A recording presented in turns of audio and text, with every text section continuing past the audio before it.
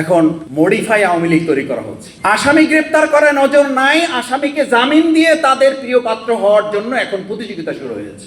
জুলাই পরবর্তী যে অন্তর্বর্তীকালীন সরকার, তাদের তিনটি নির্ধারিত কাজ ছিল: বিচার, সংস্কার, নির্বাচন। তখন একটি দলকে আমরা প্রায় বলতে শুনতাম, একটা নির্বাচিত সরকারই কেবল বিচার এবং সংস্কার করতে পারে। আমি আজ সেই নির্বাচিত সরকারকে জিজ্ঞেস করতে চাই, 4 মাস তো পার হচ্ছে, বিচার কতটুকু হয়েছে, আদৌ সংস্কারে আপনারা মনোযোগ দিতে পেরেছেন কিনা?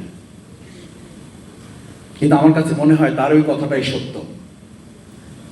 জনাব স্বরাষ্ট্রমন্ত্রী, যাকে সর্বমন্ত্রী বলে জনগণ বলে, তিনিই বলেছেন আসলে আমরা তো এই বিচার সংস্কারের আসলে আমরা মনোযোগ দিতে চাই না, আমরা কোনোভাবে একটা নির্বাচনের জন্য এই সব কিছু মেনে নিয়েছিলাম। আসলে এত বড় একটা প্রতারকের দল কিভাবে দেশ চালাবে, এটা দেশবাসীর কাছে বিস্ময়ের ব্যাপার। আপনাদের মনে আছে, যে কোনো কিছু একটা হলেই তখন এই সব জাতীয় নেতৃবৃন্দ বলতেন এই সব সমস্যার সমাধান হচ্ছে একটা নির্বাচিত সরকার হলে সব ঠিক হয়ে যাবে। আচ্ছা, আমি জিজ্ঞেস করতে চাই, আজকে এই শহীদ পরিবারের সদস্যবৃন্দ এখন চোখের পানি ফেলে কেন? তার মানে কি আমরা ধরে নেব জনগণকে এটা মনে করবে, এই বিশ্বাস করলে কি অপরাধ হবে তাদের, যে 12ই ফেব্রুয়ারি আসলে নির্বাচিত সরকার এখনো আসে নাই, একটা ইঞ্জিনিয়ারিং সরকার এসেছে, আপনাদের কথাই তো আপনারা আসামি। আপনি তো বলেছেন একটা নির্বাচিত সরকার এই সব সমস্যার সমাধান। আপনারা শেখ হাসিনাকে নিয়ে আসার কথা, সেখানে শেখ হাসিনা নিজে আসতে চায়, আমরা নিয়ে আসতে পারতেছি না।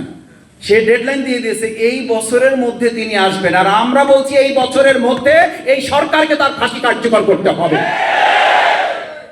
এই শহীদ পরিবার আগামী বার্ষিকী উদযাপন যেন শেখ হাসিনার ফাঁসির মধ্য দিয়ে করতে পারে। দুর্ভাগ্য, এখন মডিফাই আওয়ামী লীগ তৈরি করা হচ্ছে। তাদেরকে আবার জামিন দেওয়ার জন্য সরকার, বিচার বিভাগ এবং কতিপয় বিচার কার্যের সাথে সম্পৃক্তরা প্রতিযোগিতায় লিপ্ত হয়েছে, কে কত আগে তাদেরকে জামিন দিয়ে তাদের কাছে প্রিয় পাত্রে পরিণত হতে পারে।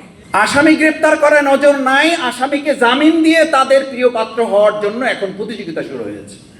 পরিষ্কার বার্তা দিতে চাই, ভাই এবং বন্ধুগণ, আসুন আজকের এই আলোচনা সভায় আমরা আপনাদের সকলেরই প্রিয় মুখ শহীদ ফারহান ফায়েজ ভাইয়ের সম্মানিত গর্বিত পিতা, আমাদের অত্যন্ত শ্রদ্ধাভাজন জনাব শহীদুল ইসলাম ভাইকে সংক্ষেপে আমাদের সামনে কথা বলার জন্য অনুরোধ করছি।